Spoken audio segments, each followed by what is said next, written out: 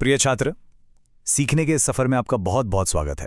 आज हम एक ऐसी स्थिति को समझने की कोशिश करेंगे जिसे जानने के लिए ना सिर्फ किताबी ज्ञानी काफी नहीं है। इसके लिए एक दयालु दिल की भी बहुत जरूरत पड़ती है, और वो है कोरिया।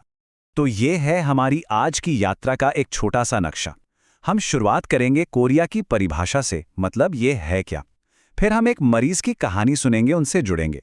उसके बाद हम सीखेंगे कि एक डॉक्टर की तरह कैसे सोचना है, इस डांस के पीछे के कारण क्या हैं ये समझेंगे, और आखिर में कुछ केसेस के साथ अपने ज्ञान को और पक्का करेंगे। तो चलिए साथ मिलके सीखते हैं।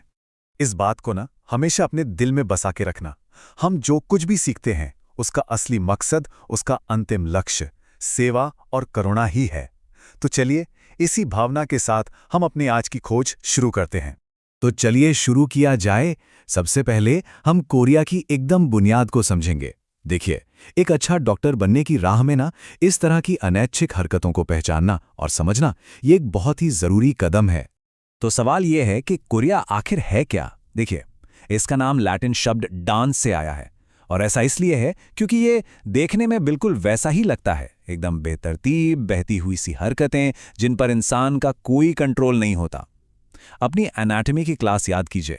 इसकी जड़ें हमारे दिमाग के बेसल गैंग्लिया में होती हैं, वही हिस्सा जो हमारी हरकतों को कंट्रोल करता है। ठीक है, अब इस जानकारी को ना एक कहानी से जोड़कर देखते हैं।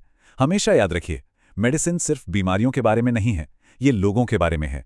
जब हम इन तथ्यों को किसी इंसान के चेहरे से, उसकी कहानी से जोड़ते हैं, तो वो बातें हमारे दिल और दिमाग में हमेशा के लिए बस जाती हैं। तो चलिए मिलते हैं मिस्टर डेविस से। बस एक पल के लिए सोचिए कि उनका परिवार कितना परेशान होगा।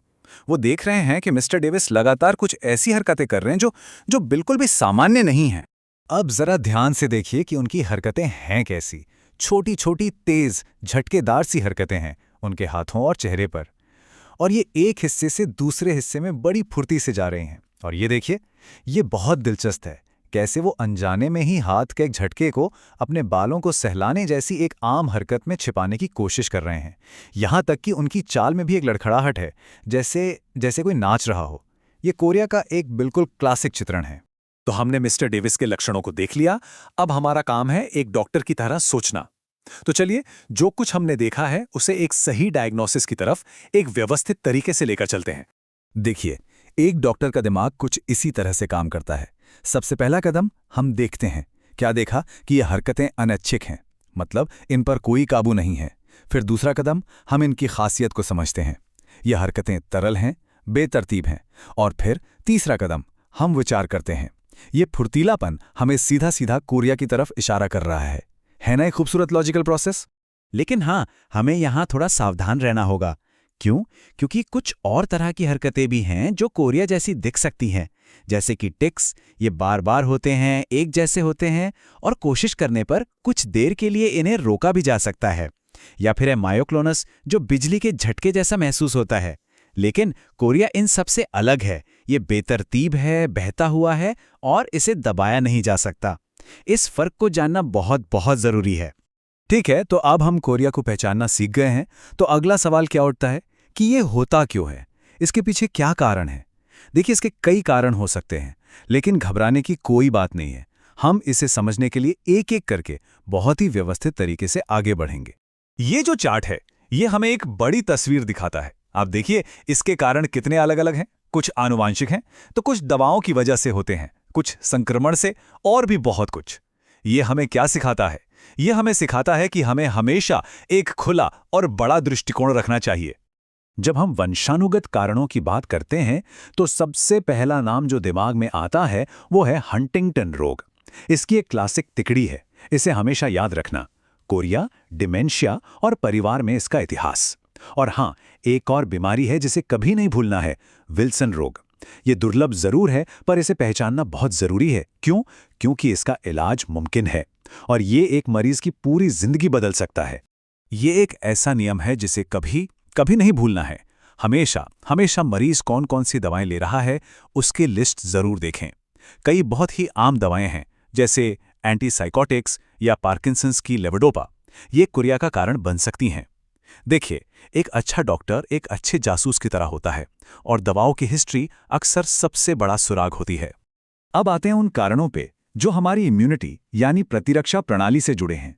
बच्चों में इसका सबसे क्लासिक उदाहरण है सिडेनहैम कोरिया। ये अक्सर गले के स्ट्रेप इन्फेक्शन के बाद होता है, जिसे हम रूमेटिक फीवर भी कहते हैं। ये एक बहुत बड़ा सबक है कि कैसे हमारे शरीर का एक हिस्सा दूसरे हिस्से को इतनी गहराई से प्रभावित कर सकता है। तो हमने काफी कुछ सीख लिया है। अब वक्त है इस ज्ञान को परखने का, इसे असल में इस्तेमाल करके देखने का। ये जो छोटे छोटे केसेस हैं, ये हमें एक साथ मिलकर सोचने में मदद करेंगे और जो कुछ भी हमने सीखा है उसे और भी मजबूत करेंगे।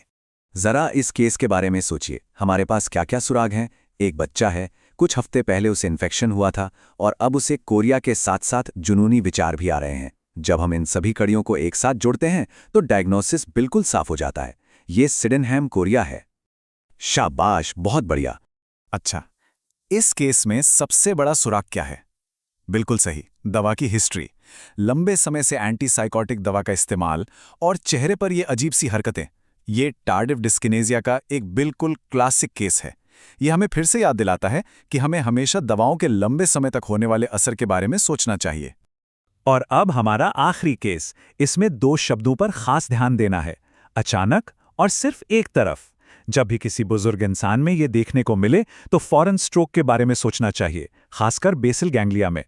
ये एक मेडिकल इमरजेंसी है और इसमें हमें बहुत तेजी से काम करना होता है। और इसी के साथ हम अपनी इस यात्रा के आखिरी पड़ाव पर पहुंच गए हैं। ये वो पल है जब हम सिर्फ तथ्यों से आगे बढ़कर विवेक को अपनाते हैं, यानी अपने ज्ञान को मरीज की देखभाल की कला में बदलते हैं। इन सवालों को एक इम्तिहान की तरह मत देखिए। ये तो बस खुद से पूछने के लिए हैं, ये जानने के लिए कि कौन कौन सी बातें आपके जहन में अच्छी तरह से बैठ गई हैं। ये अपने ज्ञान को और पक्का करने का एक बहुत ही शांत और अच्छा तरीका है। इस अप्रोच को ना अपने दिमाग में एक नक्शे की तरह बैठा लीजिए। जब भी आप कोरिया के किसी मरीज से मिलें तो बस इन स्टेप्स को फॉलो करें।